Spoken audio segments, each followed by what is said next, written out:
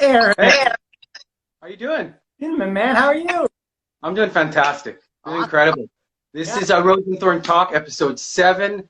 My name's Aaron Marshall Clark, and today my very special guest is multiple real estate award winner, realtor, real estate investor, Mr. Addison Herosian. How are you doing?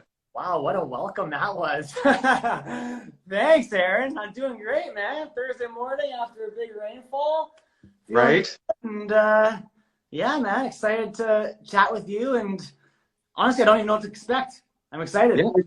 It's going to be action-packed with a lot of background on your history, how you became a realtor, how you became a real estate investor, your passions in and outside of your profession, all that good stuff. So I'm going to start off right away. I know you have a Bachelor of Science in Physical Education. Now, was there a goal to go into sports like hockey? Because I know you're an avid hockey fan and player. We share a mutual friend, of course, Blake Houston. I worked with him in my banking days. Shout out to Blake Houston. And where was that transition? Because I know you guys played hockey, but when was that decided that I don't want to do that for a career? Well, so basically what happened with me, Aaron, was grew up playing hockey. Hockey was like my life, my dream. Loved it, had a lot of fun doing it. Played junior A hockey here in Winnipeg locally up until I was 20. And while I was playing junior hockey, I was also going to school, getting my education degree and working towards that. So at the U of M, it's a 4-year degree in the kinesiology field is what I chose. And then after that, it's a 2-year after degree in education to get your teaching license. So that's the route that I was going down. So I was taking classes during my hockey days. 20 years old was my last year of hockey. Okay. And then after that, I kept going for my schooling, going for my schooling. But all throughout that time, I was really into investing. And I was, even during my high school days, I was playing around with mutual funds, playing around with stocks, real estate investment trusts, you name it. I was playing around with it, just kind of getting understanding of investing. And I was just really big into how to make your money work for you. And at the time, I didn't really have much money, so it was like hundreds of dollars at the time, but it was something that I was just, having fun playing around with it and doing my thing. So that kind of got my brain ticking about the whole investment side of things. Then backtrack to when I turned 20 and finished my hockey playing career, and teaching was my thing. I was always a big educator. I was, a personal trainer. My family owns a personal training facility. Training kids and working with kids. And I was always working with youth throughout my life, pretty much.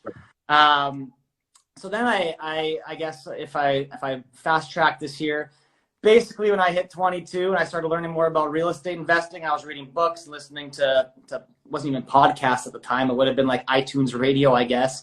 A lot of the stuff like that and understanding investing in real estate and how that all works.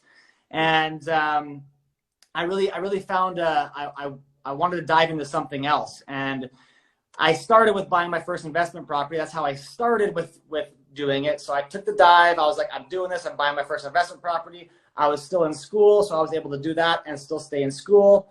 And then actually, I left my schooling with 1 year left to finish my teaching degree, and I said I'm going to be a full-time realtor. I said I'm taking the jump. Nothing against teaching at all. I mean, crap, I'd still do it to this day. For me, it was more, I knew what I wanted. I wanted to expand my horizons. I wanted to be self-employed. I come from a family of self-employed people. I didn't want that typical 9 to 5. I wanted that 8 a.m. to 10 p.m. job that I could work as much as I want or as little as I want and do as I please, right? So that was really what set me off, the real estate investing and buying my first property and seeing how that all happened, and then eventually buying my second and doing all these things really made me go, all right, I'm ready to make this jump now. So that's what I did, and that's kind of my quick pace track of my life and how I got to where I am now.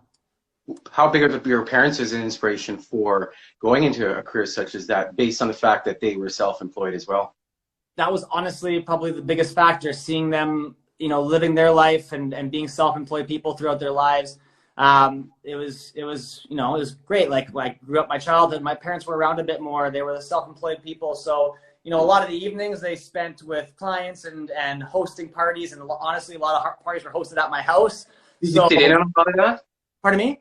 Did you sit in on a lot of that, a lot of those situations, scenarios? I saw it all, yeah. So I saw it. I mean, when I was a kid, I didn't really think much of it, to be honest. So I was like, see my dad talk and my mom talk, and I'm like, oh, whatever. But looking back on it now at an older age and a little bit more mature, obviously, it definitely played a factor. And yeah, they had a big influence. But it's funny because when I left education, my mom was pretty much in tears saying, why? You have 1 year left. Finish your degree. Get your degree. Get your degree. Yeah.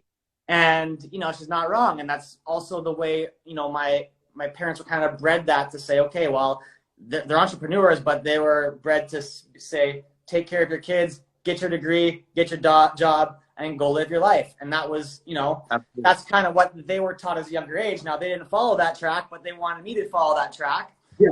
And I think my dad a little bit less. My dad's more like, yeah, do what you want, put his trust in me. My mom, not that she didn't trust me, it was more just, you know, she saw how close I was to the finish line and all the work put in to be right there.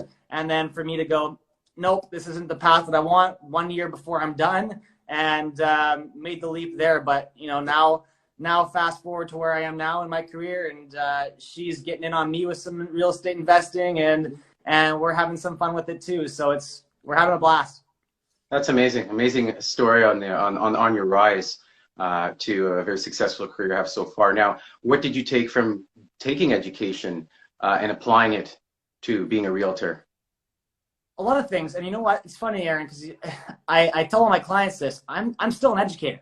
That's truly what I am. In real estate, I'm big on educating people. And honestly, I don't find that there's enough people that educate people about real estate in so many different realms. And me, how I started with the investing side, that really helped me nail down my numbers and understanding market values and rental values, and okay, obviously the returns on your investments off those properties. And now being the full-time realtor and still understanding those numbers, but also understanding homes and construction and what to look for in homes and what repairs need to come up and the money associated with buying a home.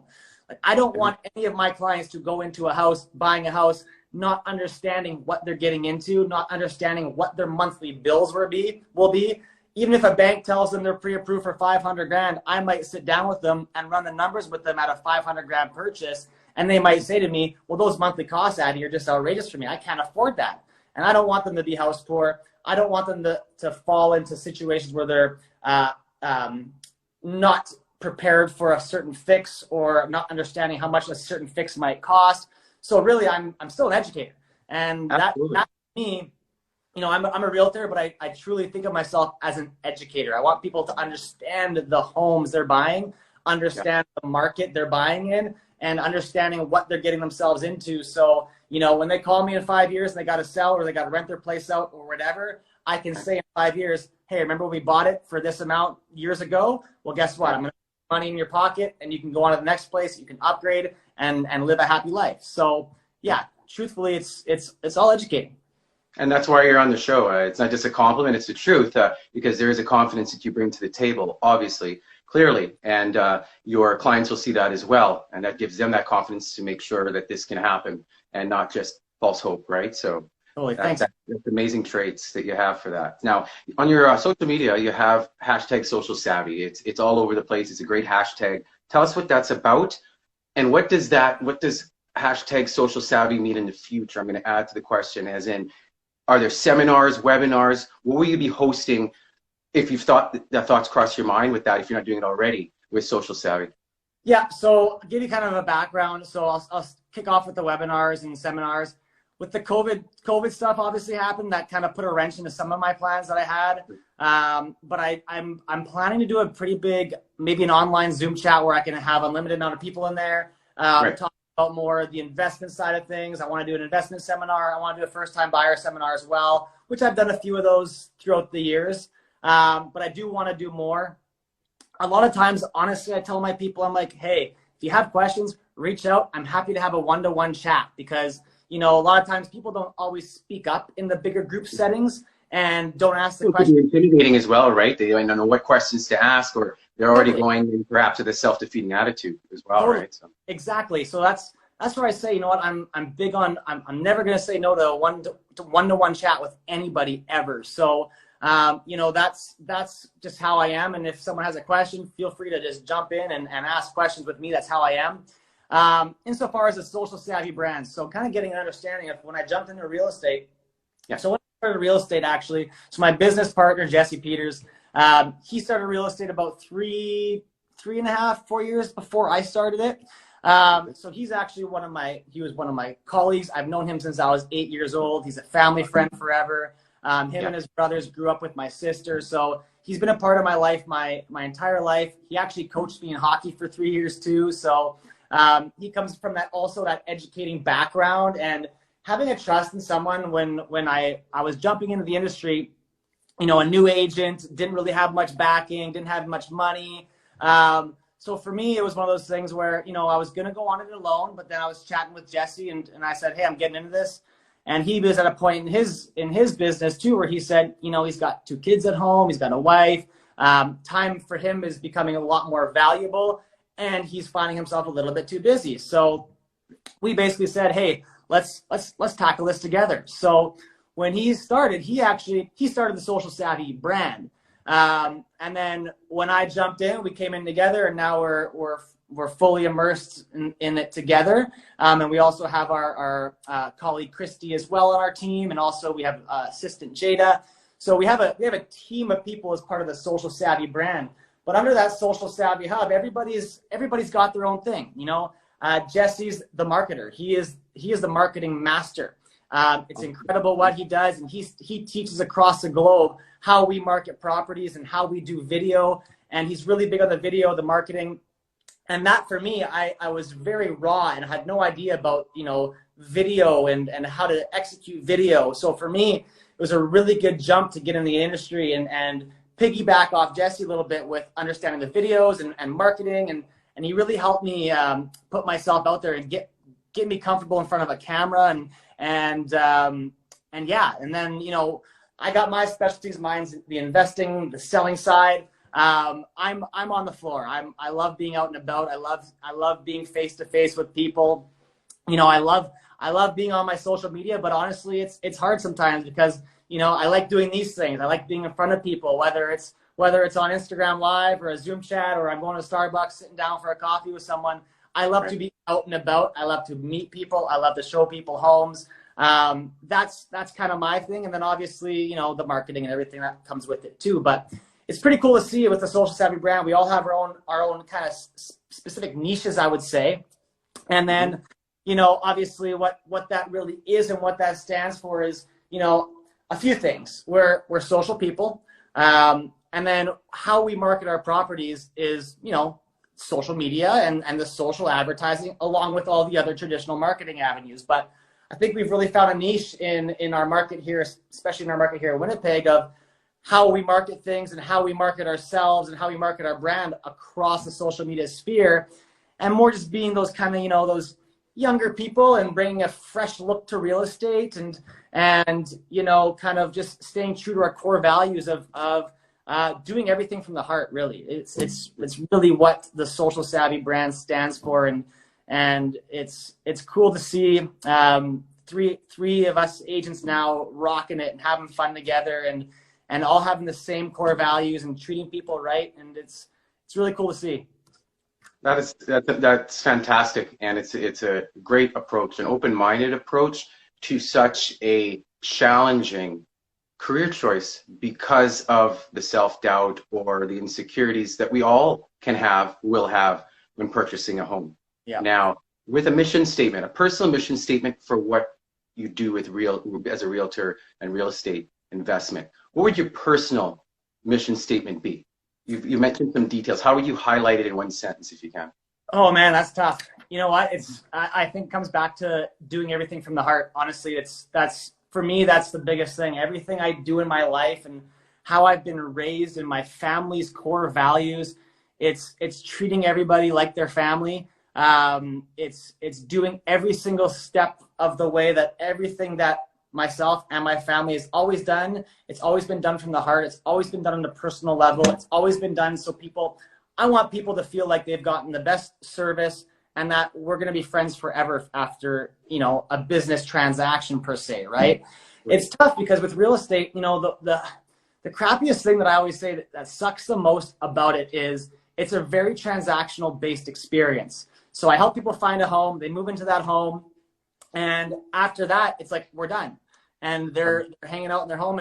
There's no recurring forced communications or anything. And obviously I have to stay in touch with them, and we're always chatting, and social media plays a huge part of that, of us staying connected. But it sucks because it's not like, it's not a long drawn out process over years and years and years where you get to stay with these people. It's you're my client, Aaron. It's like, we get you a house, I get you into it, and then you're enjoying that house, and that's it.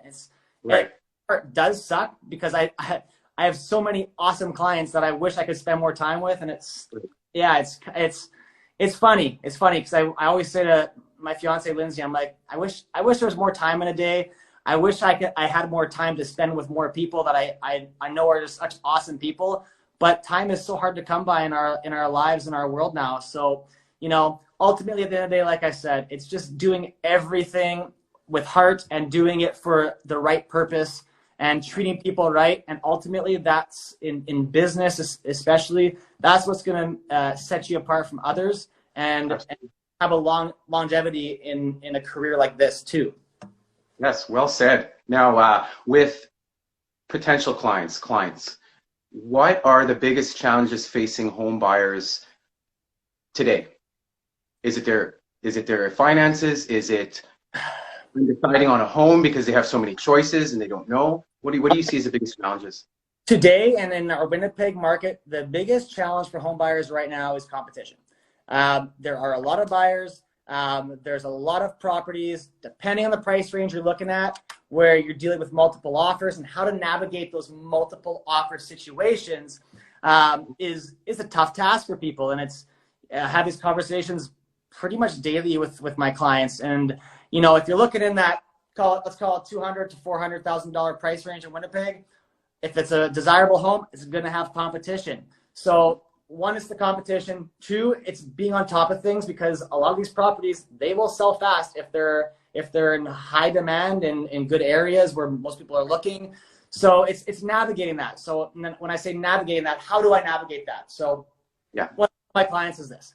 If we're getting into a multiple offer situation and it's, there's 5 to 10 offers or whatever it is, what my job to do is to say, okay, well, what the list price is of a home, take that for a grain of salt. A list price does not mean what a true market value is for a home. The list price and the sell price will be two separate things, and they could go in either direction. A home might be listed at $300K, but that home might be worth $330,000. So if we get into a multiple offer situation, that home is listed at $300,000, but I look at my comparables and I say, all right, guys, you know what? Based on the market, based on inflation, based on my comparables, this home is worth somewhere between $330,000 to $335,000. Then you also got to ask yourself, well, how long do you plan to stay at this home for? If you're telling me you're only going to be there for 2 to 3 years, well, I'm not going to let you pay a cent over what I think the current market value is, because I want to be able to set yourself up for that 2 to 3 year time frame. Right. But if you're going to tell me that you're going to be there for 6 to 10 years, no problem. Well, then, okay, if you're really, really wanting this home, I'm telling you the value is between $330,000 to $335,000. Well, maybe we put in an offer for $338,000 because we know that's going to seal a deal. And guess what? That $3,000 extra you spend right now, over the next 10 years, you're going to get that back. So those are some of the navigation tips. And I'm like, all right, well, there obviously becomes a point where I say, I'm not going to let you pay $1 more than X amount for this certain home, because I just don't think it's worth it. Whether you truly love it or not, I know we can find something just as good, if not better, for this value. So it's navigating those numbers and navigating the areas and the true market value of a home versus a list price. I think that was honestly the biggest challenge for buyers, and obviously why they need someone trustworthy on their team to help them navigate all those numbers. Because if you're just online right now and you're checking out a bunch of list prices of homes, list prices mean nothing. Sale prices mean everything. So you don't know unless you're in the industry, right? So I think navigating the numbers and understanding that is probably the biggest challenge for buyers right now. for any client age demographic, what would you say to them today, the audience, everybody at home watching, why it's important to invest in a home rather than rent? Huh. All right, I like that one, Aaron. So I actually made a post on this probably about a year ago about the cost differences between owning a home and renting a home. And, you know, there's going to be, to every debate, there's obviously an opposite debate on that. So you're going to have a lot of people that will say, I will never purchase a home. Renting is the way to go because you don't have to worry about the repair bills. You don't have to worry about anything. The landlord takes care of it all. But ultimately, at the end of the day, every single dollar that you spend in rent is not going towards building any equity at all, right? So if you live in a home for 25 years and you rent it and that home is currently worth $300,000 and you've rented that home for 25 years, obviously over those 25 years, there is going to be repair stuff that comes up if you did own that home. So you've mitigated 25 years of repairs that you've had to pay yourself if you've rented it. But you've mitigated 25 years of paying off an entire mortgage as well. So yeah, those are kind of the battles where you say, you know what? And for me to kind of go off the top of my head right now, I'd have to pull up my sheets to kind of run through the numbers. But the numbers do make sense for buying a home versus renting over the years. And I think most people that rent understand that it's a means to an end typically to eventually buy. But you know what, Aaron? It's not easy to get into home ownership either. It really isn't. So I totally understand and respect the rental aspect too. You know 100% every month what you're going to spend renting.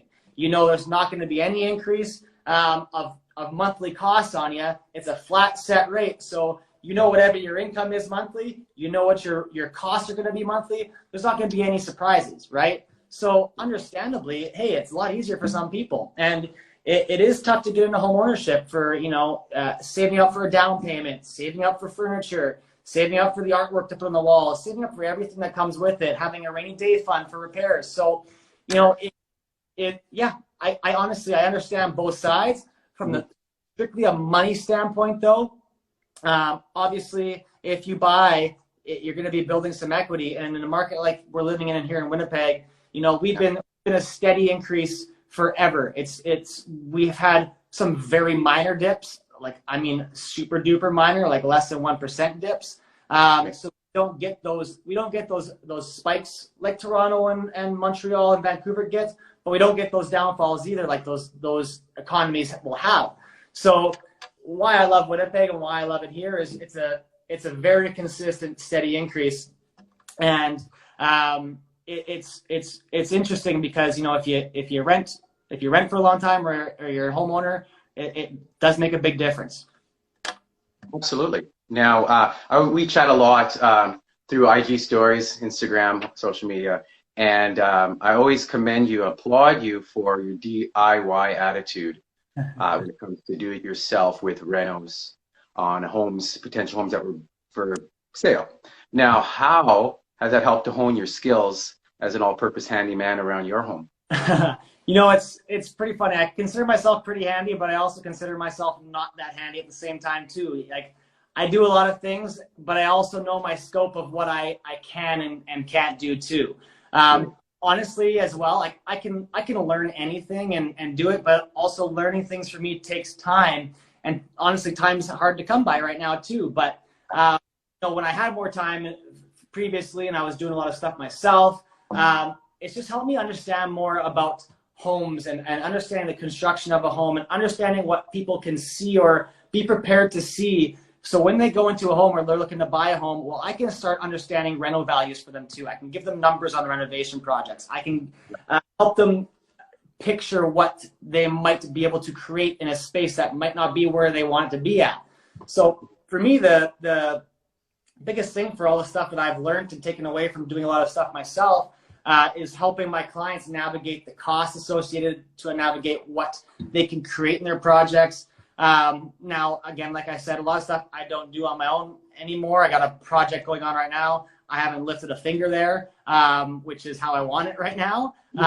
But it's still going to be transformed top to bottom. And, I still created the design. I still have the numbers, created the numbers, understanding what it's going to cost to do all that. So I'm really big on numbers, Aaron. So for me, it's like lining up those numbers is the biggest thing for me. Understanding what it's going to cost to put in, understanding what the cost is going to be to sell after, understanding what I'm going to get for that property after I'm done with it. So, you know, yeah, it's really, really helped me understand those things to help my clients.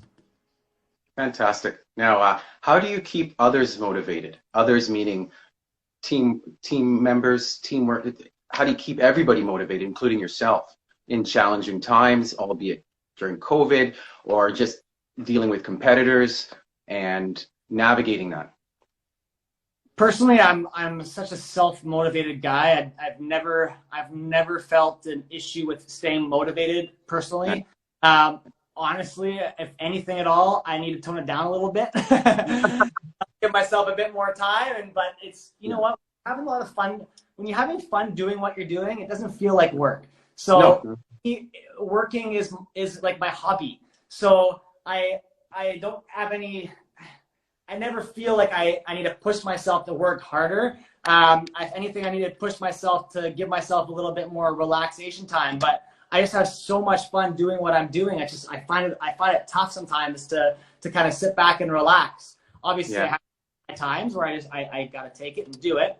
And then for my team members, you know what? Same thing. They're like, I have never and will never have to say to them, hey, go do this. I just don't. And that's part of the culture we have with all of us, and being very selective on who we have on our team, and you know, being around like-minded individuals where the motivation is always there. Never have to worry about that. It's just being there as more of a supporting cast for everybody, and helping everybody achieve their goals, and providing whatever we can each individually for each other to help each other achieve those goals that we want to achieve. How is home buying different and or similar to home buying 20 years ago? Oh, good question. I would have only been 9 years old 20 years ago. So the biggest takeaway I would say when chatting with my parents, interest rates were insane back in the day. I know at one point my parents were paying, I think, a 19% interest rate on their property, and that was a common thing back in the day. Now, obviously, prices have completely gone up since 20 years ago. That's also just the economy. So if you look at, I kind of, my brain being a younger guy, I look at, okay, what's 20 years in the future going to look like? Yes. It might not be the biggest difference between, you know, probably back in the day, that's my dog barking, back in the day of properties being $60,000 and now they're worth $400,000. It's okay. And it might not be that big of a difference in 20 years from now, but it's still going to go up substantially. Now those big jumps in prices was obviously that was big. Navigating the real estate market, though, honestly, I have no idea because I wasn't in it years ago. So I don't know what it was like in Winnipeg 20 years ago. All I know is for the last about 8 years how the market's kind of been, and seeing how the market kind of shapes up over the last 8 years. I've kind of been heavily involved in real estate in general. And it really, honestly, has not changed much, which is what I like to see. It's like I said before, it's been a steady increase. And it's also why I like our market so much, is there's not that much uncertainty here. Exactly. That's well said. And it's a really reflection of what you had mentioned earlier, is that 20 years ago, from your parents' feedback on what things were like and the interest rates, it was the same with my parents, and having interest rates were sky high. Yeah. Now, focus in your vision for 20 years in the future is more comparable to now, because you can forecast better, if that makes sense. Correct. Yeah. Yeah. And again, for my vision for the future, you know, part of me buying my rental properties and having 8 rental properties now, part of me doing that and why I do that and what I'm doing that all for is to set myself up for the future. And for me, I want my rental properties to be my, you know, my safety fund, my retirement fund, my education fund for my children, maybe a future home for my children too. But that is why I'm doing it, and it's very similar why people invest in RRSPs and TFSAs and mutual funds and whatever they invest their money in. I've just chosen to do it in a different direction, And I fast forward 20 years and I go, all right, almost all 8 of those properties will be completely paid off in 20 years. And I'll be sitting on something of value to me and something that I'm interested in. And understanding that my returns on all my properties are substantially higher than anything else I could ever find, personally, what I think I could ever find, right? And what I was investing in over the years. So for me, that's obviously the route that I went down. I've helped a lot of people go down that route too, and they're loving it and they're super successful with it. So I'm not saying there's one way is the only way. This is the way that I chose, and many people have chosen. I love it. I understand the numbers of it. I get it, and I can help other people understand it and love it and understand what their returns will be. So yeah, for me, that's the future play.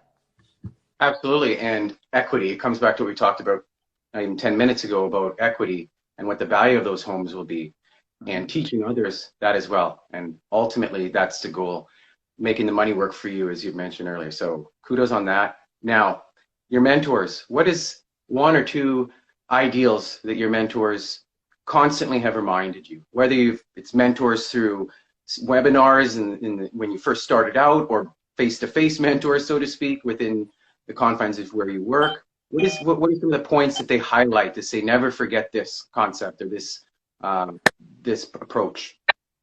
Sorry, Aaron, my phone was just ringing there. Can you finish that last sentence quickly again? Yeah, I was just mentioning, what is a constant reminder that your mentors mentioned to you in regards to your approach to finding the best home for clients? Yeah, you know what? It's interesting because with the actual real estate business itself, I took a lot from Jesse when I first started in the business. So I'd say he's probably my mentor for my real estate business, like as being a realtor and helping people find homes. And he helped me learn a lot. But at the same time, I'm a big self-learner. A lot of my stuff I self-taught. I learn at my own speed. I learn at my own pace. I do things at my own time. And for the real estate investing side of things, that was kind of how I truly self-learned every single bit of it.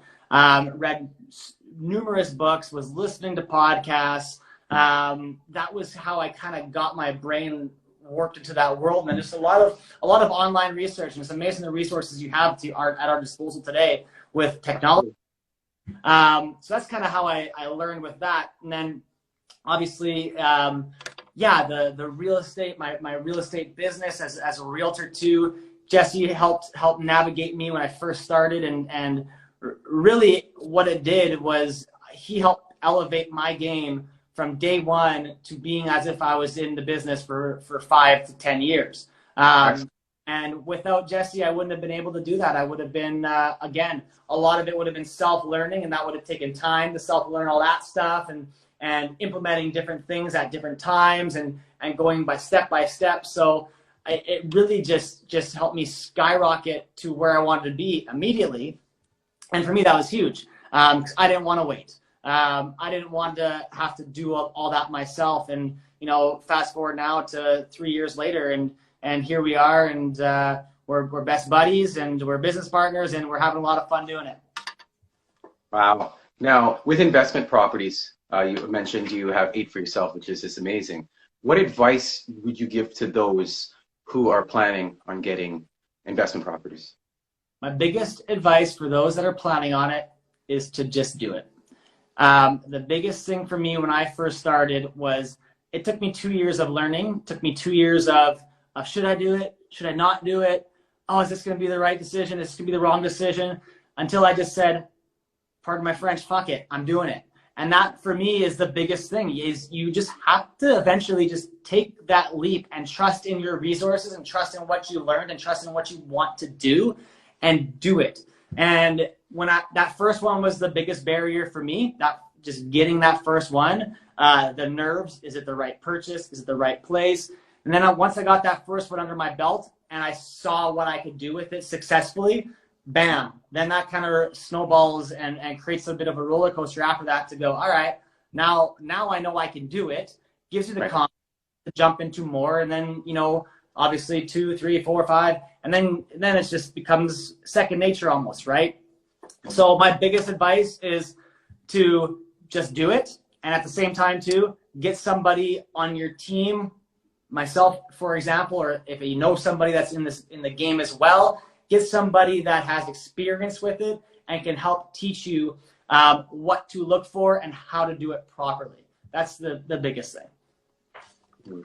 Now, with your first home sale, tell me what that moment was like. How did it motivate you? How did it steer your direction on not only that you knew in yourself, being self-motivated that you could do it, but what was that moment like? You know, that's funny because now I'm thinking back and I'm like, what was my first house sale?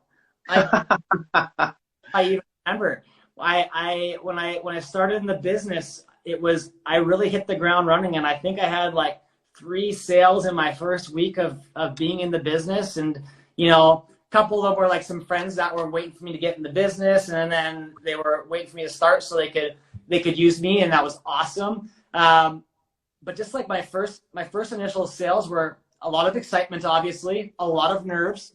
You know, I spent so much time almost second guessing myself and making sure that I'm giving my clients the right information. And I was, but you know, at the time it was just like, I was raw to the industry, and I wanted to make sure I'm very detail oriented, and I never like to miss a step in anything. So for me, I was like quadruple checking everything to make sure I was doing it right. And I just remember being a lot of nerves, a lot of excitement, and then obviously a lot of happiness at the end of the day because all the sales went great, and everybody's happy with the homes that they got. And yeah, that was it for me, pretty much. Excitement and nerves at the same time. Right. So it never came down to a point in time where, because it happened in your first week, like you said, which is amazing, kind of answers my next question before I ask it, but I'll still ask, is that, was there ever a moment, beginning, middle to present day, where I was like, I don't know if this is for me? Did anything rattle you? Never. Not once did I think this isn't for me. I thought about it for such a long time, from when I first started investing in real estate, and I was thinking about becoming a realtor for so long that when I did do it, for me, it was no looking back. I wasn't going to let myself fail. I wasn't going to let myself have negative thoughts if something didn't go right. I knew every day wasn't going to be peachy clean. I knew everything wasn't going to be exactly as I planned. That's not life in general. So I knew at the time I couldn't let myself get down or deterred if something didn't go the way that I completely expected it. And you know, the industry itself, like, man, when I first started, it was so nerve-wracking. I was going from getting a teaching degree that is guaranteed income, summers off, and you make really good money as a teacher, and to going into something where I have to pay, you know, tens of thousands of dollars to get my license. So I got to spend money to get that. I have to spend money on marketing. I have to spend money as at my office. All you do is spend money with nothing guaranteed. So that, for me, when I first started, was terrifying, because I was like, well, what if I don't do any deals? And what if people don't like me? And what if, you know, no one trusts a young guy coming into this industry? You know, I had experience at the time with helping people property manage and obviously my investments, but that's different. It's completely different. And, you know, so a lot of nerves and uncertainty going into the career of this. But again, for me, it was the mindset of, it is what it is. This is what I'm choosing to do. I really want to do it, and I'm not going to let myself fail. Simple as that. And whatever I needed to do to not let myself fail, I would find a way to make that happen. So I look at it now and I go, crap, you know, even if everybody said, nope, I don't like you anymore and I don't trust in what you're doing, even if all that went tomorrow, I'm still that mindset that I would find something, especially in this sphere, that I could do to help people and make it happen. And that's just how my brain works. Oh, and I'm wired the same way, so to speak, in many formats I do in my life, especially with entertainment, acting, music, podcasts, you name it, screenwriting. There was a point in my life as well where I said, because I'm 41 now, so when I hit my 30s, I was like, I can continue. You know, I have a degree in business operations. I can continue at the bank, which I enjoy. I learned about communication and the logistics behind everything, mainly the communication. And I took that and applied to everything I do within entertainment. So I totally hear where you're coming from with that. What's the satisfaction out of it? It brings happiness. As you were mentioning earlier, it brings happiness to the point where it's not work. It's something you just love doing. Yeah. You wake up every morning and, okay, let's do this. It's not that, oh, I don't want to do this. I know. You know? I think that's key. And I think it's, you know, a lot of people don't ever find that, and it sucks. But at the same time, you know, it's hard to find that. It really is. And it's hard to know what you want to do and what's going to bring you that happiness. And it's such a hard realm. And I feel super fortunate to find something that, you know, I'm super passionate about. You found the same thing, Aaron, something that you're super passionate about. And it's not easy to leave certain things to follow your dreams and paths. But, you know, again, like we just talked about, it's that mentality of the success mentality and just understanding that you're going to do what you can to make it work. And if it doesn't work out, well, we'll find something else, right? I gather it's such a natural transition for you if you had to continue, or when you have to continue with getting more certifications, for lack of a better term, within the industry, because you were a teacher. Is that correct? Because you were on the path of education, going to school is not like, I got to stop everything and do this. Yeah, you're right. And like, you know what, schooling for me, like taking my education degree and going through university helped me understand how I learned too, and helped me understand how to learn. And taking all that information and what I learned from that, and now I can apply it to my current career and understanding, again, how I learn and what are the ways I like to learn. And now I know these things, so I can take that into my current, you know, career and something that I truly love, and helps me just kind of know where I want to go with my further education in what I'm doing. So, yeah, school is a big one. I say to people and my friends sometimes, would I have maybe done something else?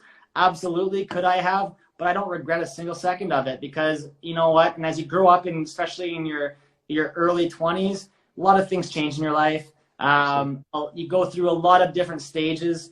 I don't think anybody truly knows exactly what they want, you know, for the most part.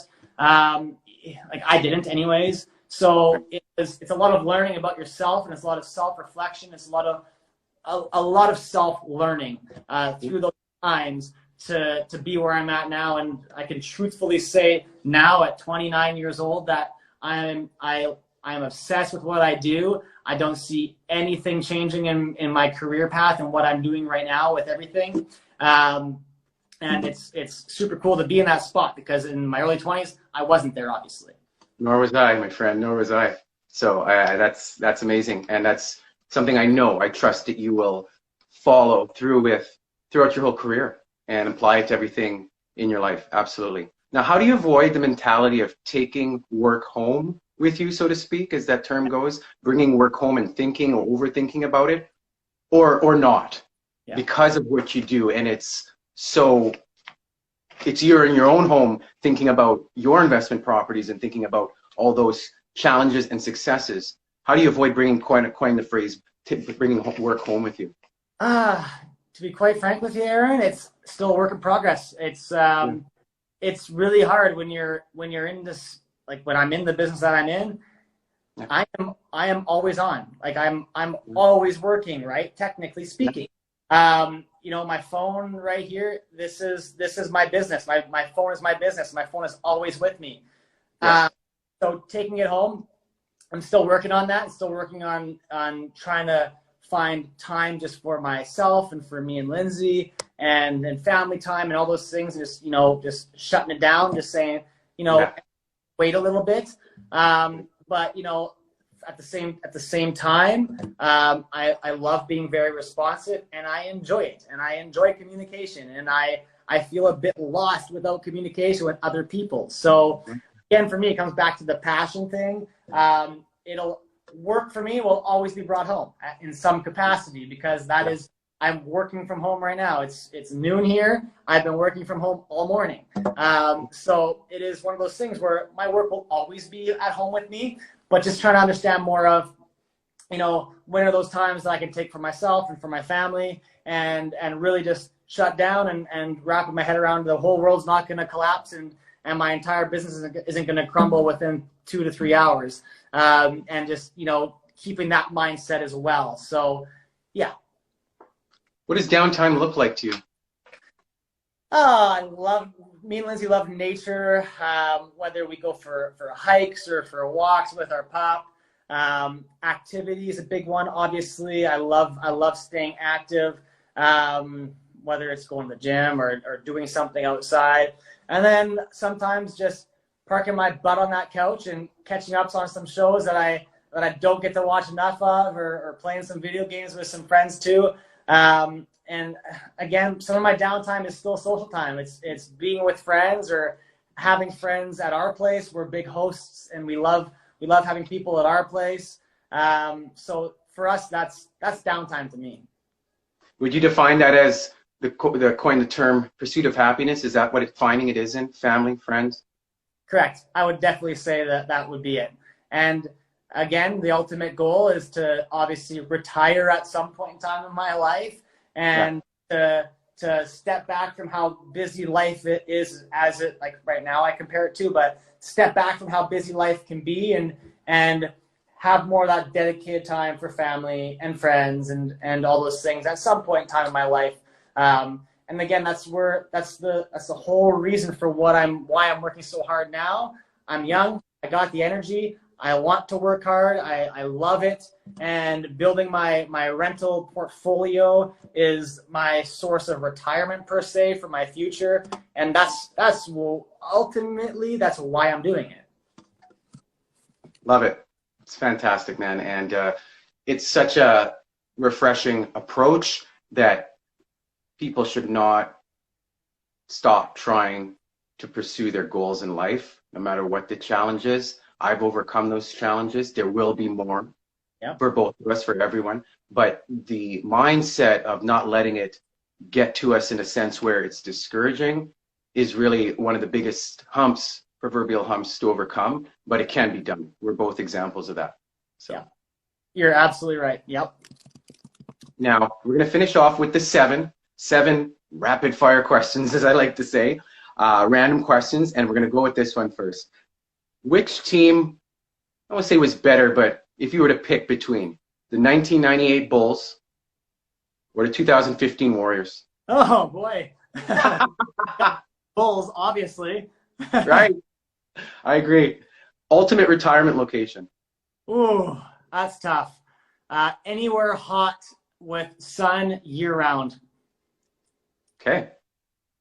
Wedding social, is it still going to be in September? And if so, I will be there, but is it still going to be in September? We're still to be announced, and we're still going to have the social because I want to throw the most wild party of the year. So whenever everybody will know, but it's whenever we're allowed 600 people in a room again, then we'll figure it out. Absolutely. Coaching minor league hockey, will you have the time for it, or would it be something you want to do or are doing? I used to do that a lot when I was younger, actually, and I think what the plan is for me now is once I have kids and once they're playing hockey, I would love to be a part of their life and possibly coach what they're doing would be my plans. Biggest thing you've learned about yourself during COVID? Oh man, there's so many things. Honestly, COVID's been rough on everybody for so many different reasons. And you know, it's I think the biggest thing I've learned about myself through it, a lot of learning about what happiness is to me, what I need to keep a balance in my life, and all that really stems from that self-reflection. And there was more time to self-reflect during COVID, and self-reflection and staying aware of your feelings and your thoughts and how your whole body kind of works together. And I think that was the biggest takeaway for me. And it's you know, blessing in disguise, I'd call it. Biggest career accomplishment thus far?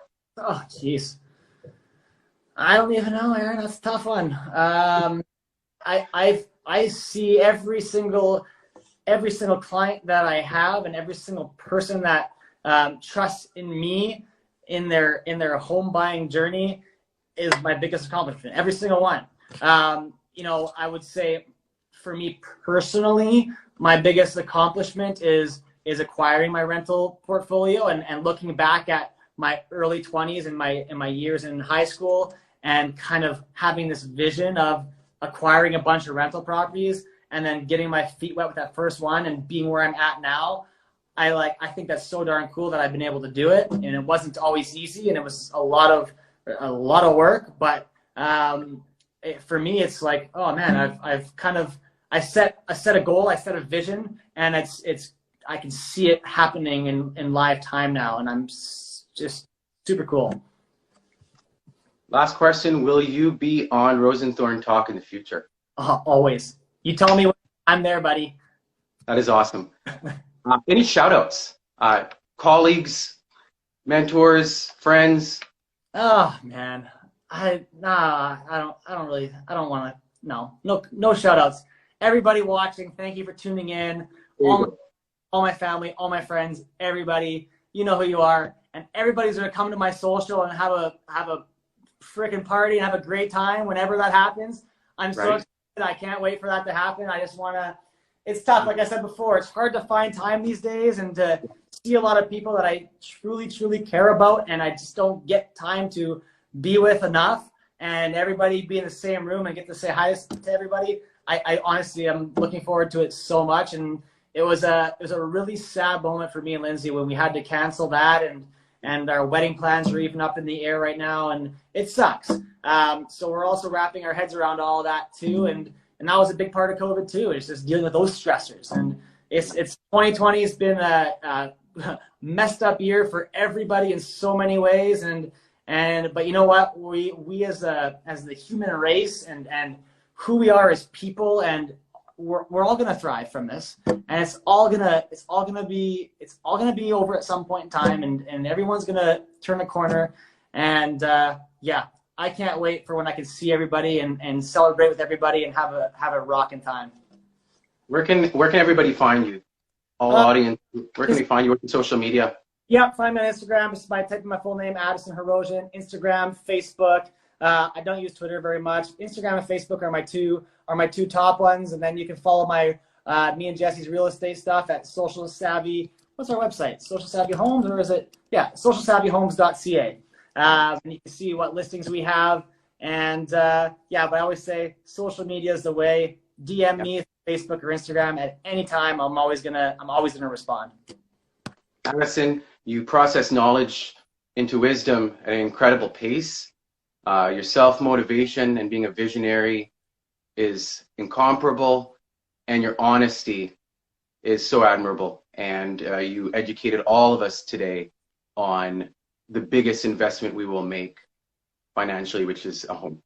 So I appreciate you being on the show. You just gave me goosebumps, buddy. Thank you so much for those kind words, man. I'm so honored and happy to be on here with you. And hey, we need to go grab a beer soon too. We do. Done. Yeah. Addison, thanks again. Thanks to everybody watching RoseNthorn Talk. Stay tuned for the announcements for next episode coming up real soon. Addison, you have a great rest of your day, and everybody else as well. Aaron, thank you, my man. You're welcome. Take care. Bye.